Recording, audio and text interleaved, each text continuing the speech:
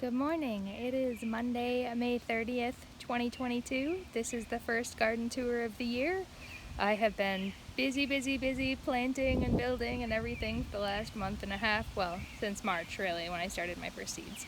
And everything is planted now, pretty much, besides a couple pockets of, later direct sowing for succession sowing. And so it's really exciting. Let's look at everything because there's a lot to look at. Alright, so starting over here, you can see the first success this is my green stock garden and tower, and this year I decided to put all of our leafy greens in it. So this is the first thing planted this year, and as you can see, it's doing amazing. We have all different sorts of lettuces, Komatsuna and chijimisai, along with spinaches and arugula and rocket, and then I have a few extra like cabbage and broccoli starts down here. We'll see how they do. But this year I really wanted to try and find greens that would last into the heat of the summer. So that's why I'm trying these Komatsuna and chijimisai, because they're supposed to be really good heat tolerant greens. Over here I also have some chard that's called Perpetual Spinach chard, so it's to be more spinach-like. So those are those experiments. So over in these areas, so this area was also the first part planted. We have a bunch of sugar snap peas, which have been very slowly growing since March. We'll see how they managed to do. They haven't really gotten taller than this yet. And then we have some spinach, arugula, the chard, perpetual spinach chard, and then we have gailan, which is a kale that's supposed to be kind of more broccoli-like. I mean, they're all in the same family, but this is supposed to be specifically like the broccoli stem. So very shortly I will be harvesting this and seeing how that tastes. And then on the other side of these, over here, we have all the green onions. Lots and lots of green onions. This is one of the two new things I built this year, is this giant trellis system. I wanted a way for all of the vining plants here to be able to grow up more, and so last year we just had that trellis there and then this one right here, but it was lower, so I elevated this so that it's all the same height. So when you walk over here, this is still high enough you can walk through. So it's an entire shelf on top with a number of vertical panels. At the bottom of all of these vertical panels, I have planted beans. You can see them just cropping up there. Over here I have corn, and in this chunk right here I have corn. Last year the corn managed to grow, but it all got eaten by earwigs. So this year I have these little beer traps down here to try to capture the earwigs and drown them before they get to my corn. We'll see if that works. So hopefully I'll get healthy corn. And I have no idea if there's enough sun in this section to really get corn, but gotta try. I got 3 different varieties of sweet corn and 1 little popcorn. So the popcorn is the one I cared about the least, so I put it in that corner, which is the shadiest. This does get, I think, like 4 to 6 hours of good sun, and then some other sun throughout the day once the sun gets over into the afternoon. And then we have acorn squash here, and then we have, oh, this is exciting. So I have 3 plants. These are tiny pumpkin plants, the itty bitty decorative pumpkins. I'm so excited. I love tiny pumpkins. I hope they grow. And then we have some patty pan squash, which I've never grown before. Those are the little like flying saucer yellow hockey puck looking squash. And then we have a few zucchini and yellow zucchini. So we'll see if those manage to grow. I did plant them a little bit close together, but we'll see if I can manage to water and fertilize them enough to still get them to work well.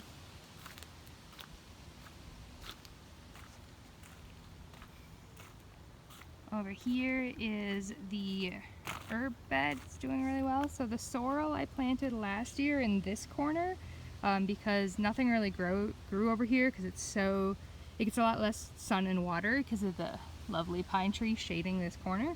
So I planted sorrel here last year and it didn't really grow much, so I thought maybe it was just gonna not do well, but obviously it is loving it this second year.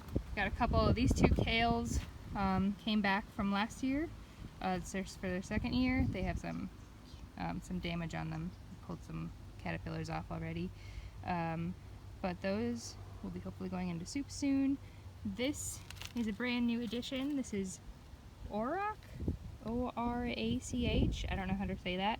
I got this from my friend Charlotte. I'm gonna try it. It's another like similar to spinach green that grows in the heat of the summer, so we'll see if it manages to do well here. And then of course we have the rosemary, sage, oregano, thyme, parsley, chives, and more sorrel. Yummy. Let's go back into this corner.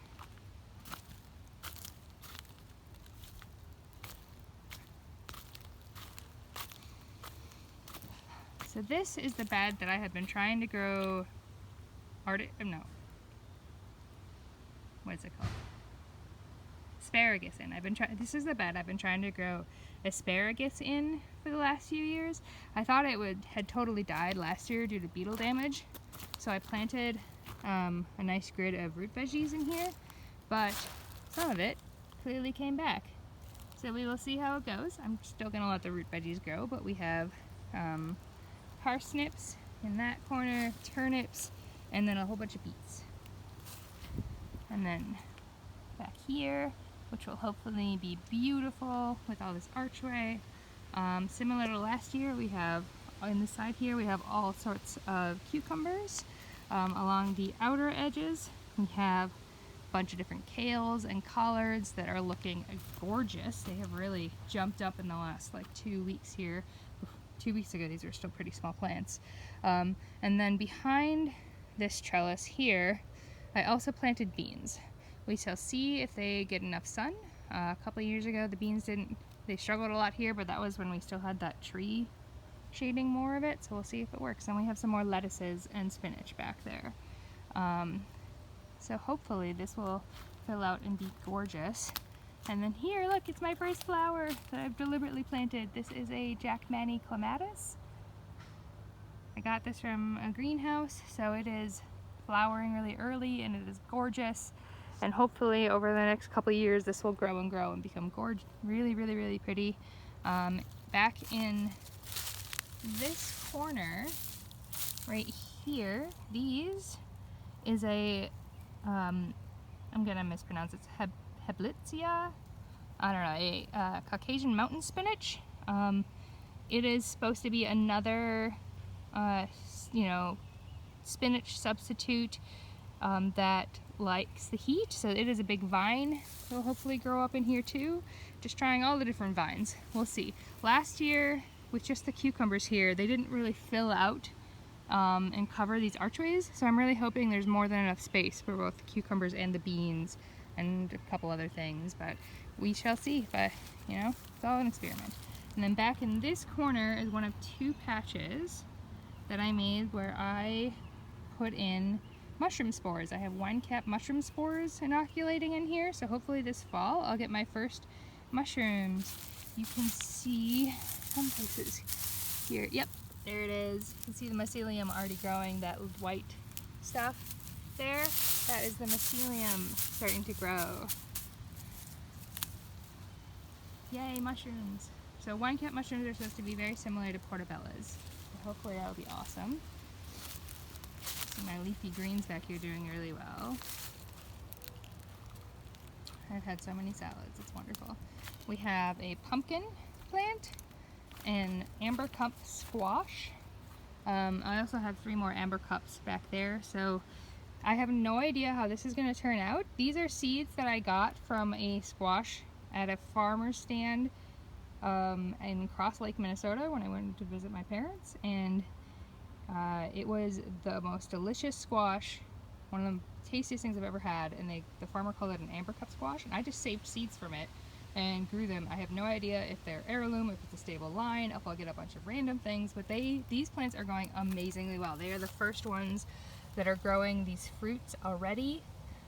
Even before I planted them in the ground, I had to pull 3 fruit off of these, and so hopefully they grow and give me something magnificent. And then this was a total last minute whim.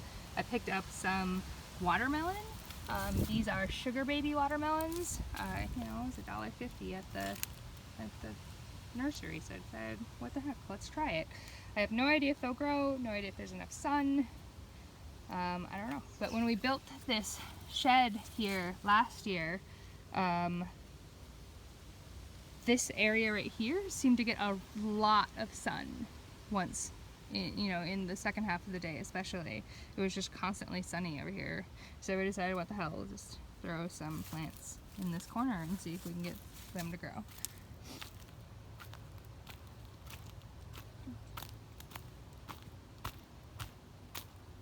This right here, underneath this pine tree where you see more straw here, this is actually my second patch of wine cap mushroom spores.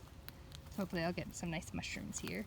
Last year, I actually saw other mushrooms growing around here, so hopefully the wine caps can take over. They're pretty distinctive, so should be able to tell them what they are.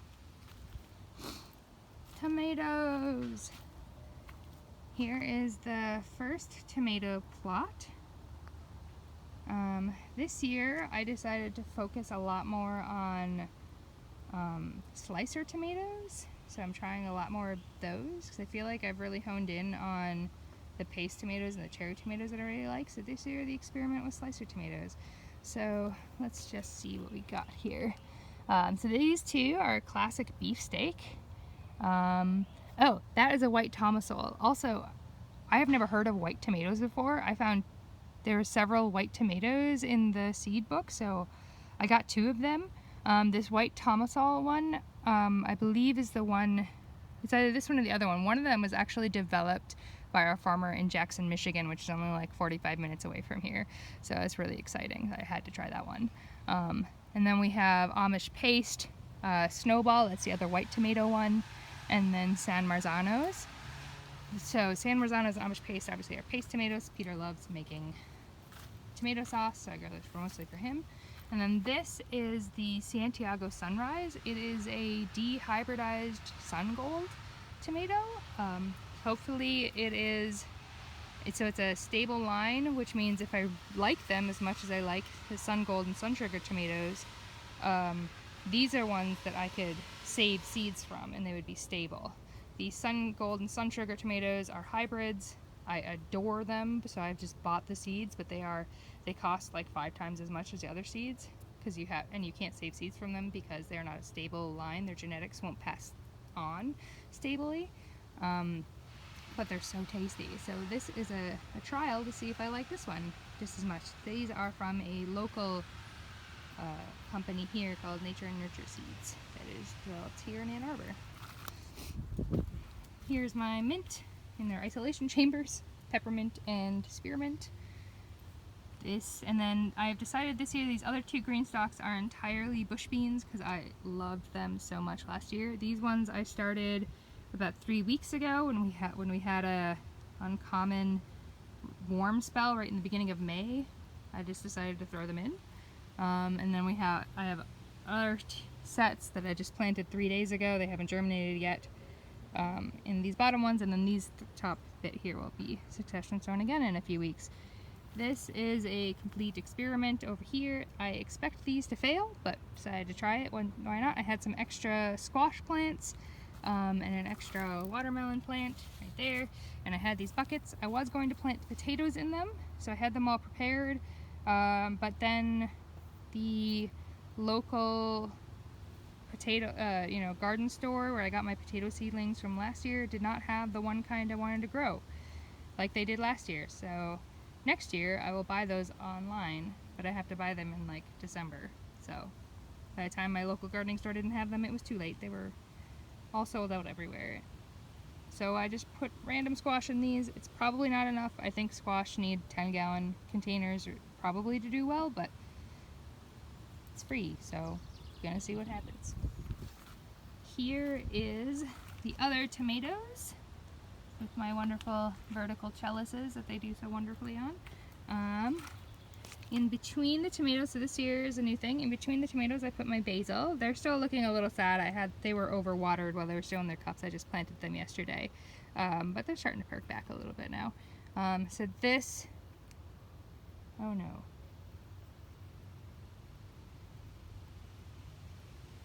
Oh, we're gonna go on and see.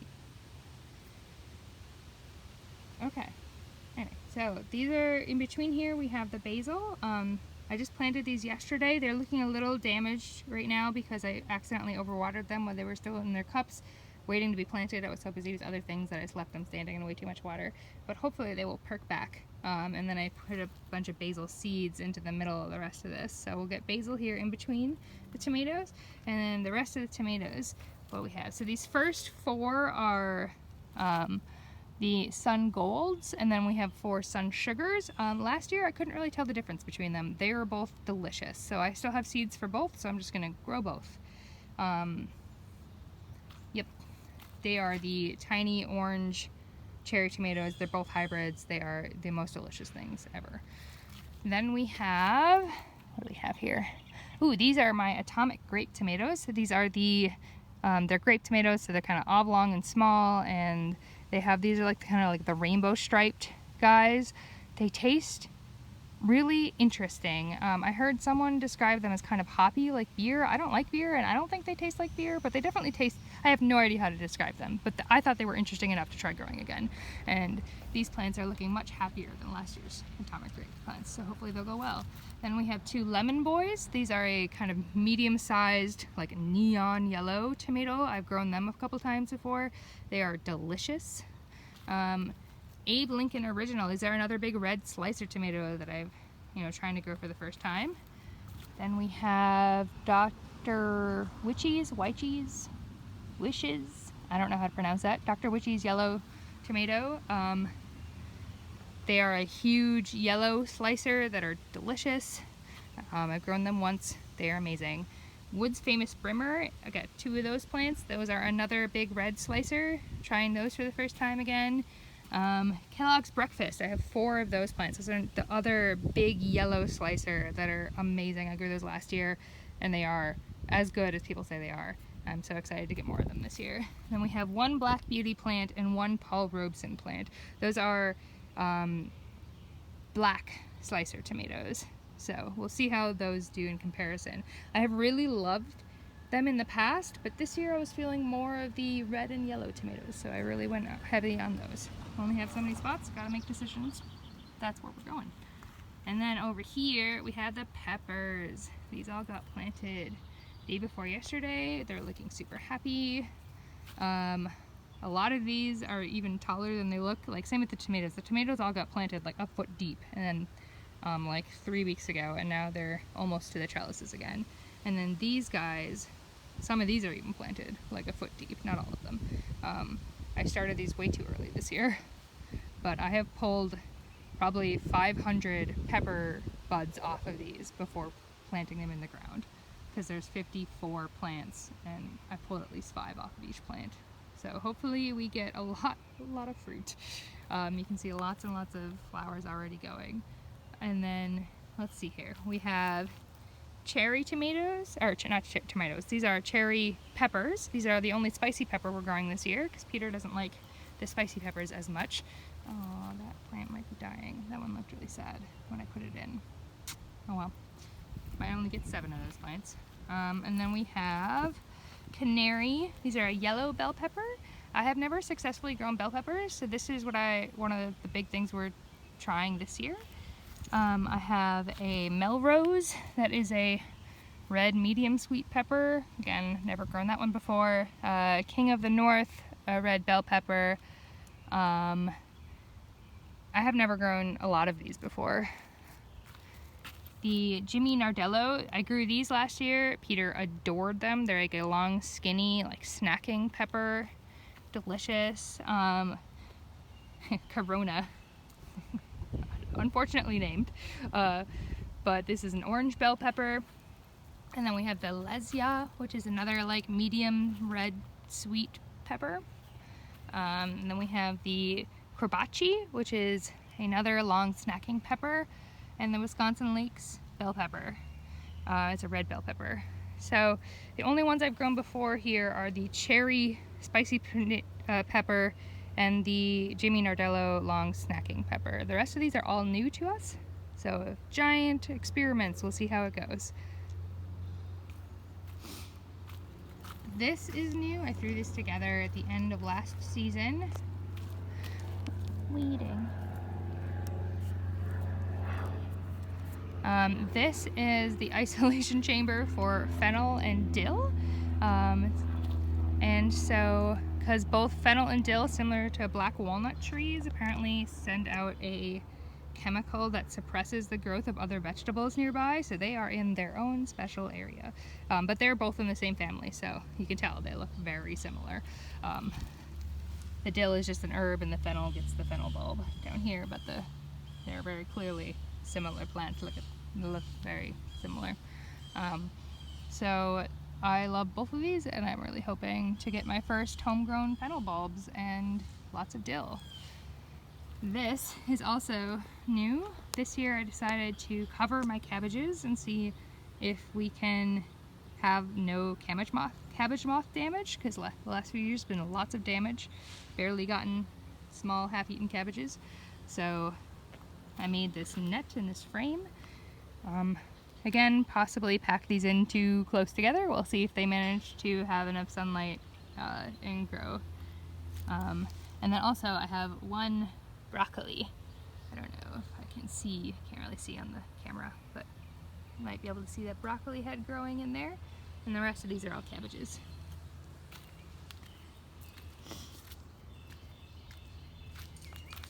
The compost pile from last year continues to get smaller.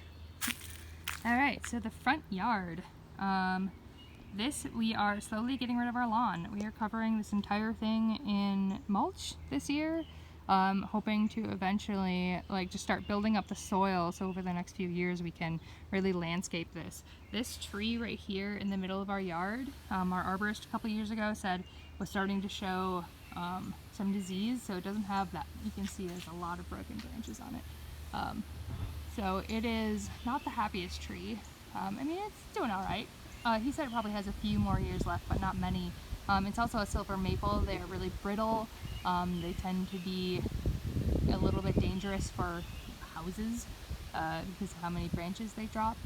And so we're probably going to end up taking this tree down next year so that we can landscape this area, because it's not going to live much more than another 5 years anyway, even if we left it. So I hate cutting down trees, but there's going to be a lot of really cool things here. So speaking of, we have a lot of drainage problems from our property and our neighbor's property, and so we're going to be putting in some rain gardens. So getting rid of this tree will allow us to turn that half of the yard into a nice big rain garden, because we have French drains coming down here, so we'll be able to direct most of the water from our house and property into a nice big rain garden here. That will help build up the soil, help protect the city, protect our municipal sewer, and give us a lot more nice growing things and pretty area. And then the rest of this will slowly be turned into paths and probably get arbors and fencing and whatever eventually, over the next few years, and more garden beds. So down here we have the garlic, but first we'll just say I threw as an experiment, because I had the garlic only got planted up here and I had a little bit of extra space, so I just threw in 2 watermelon plants to see how they do. I have no idea if they'll do well.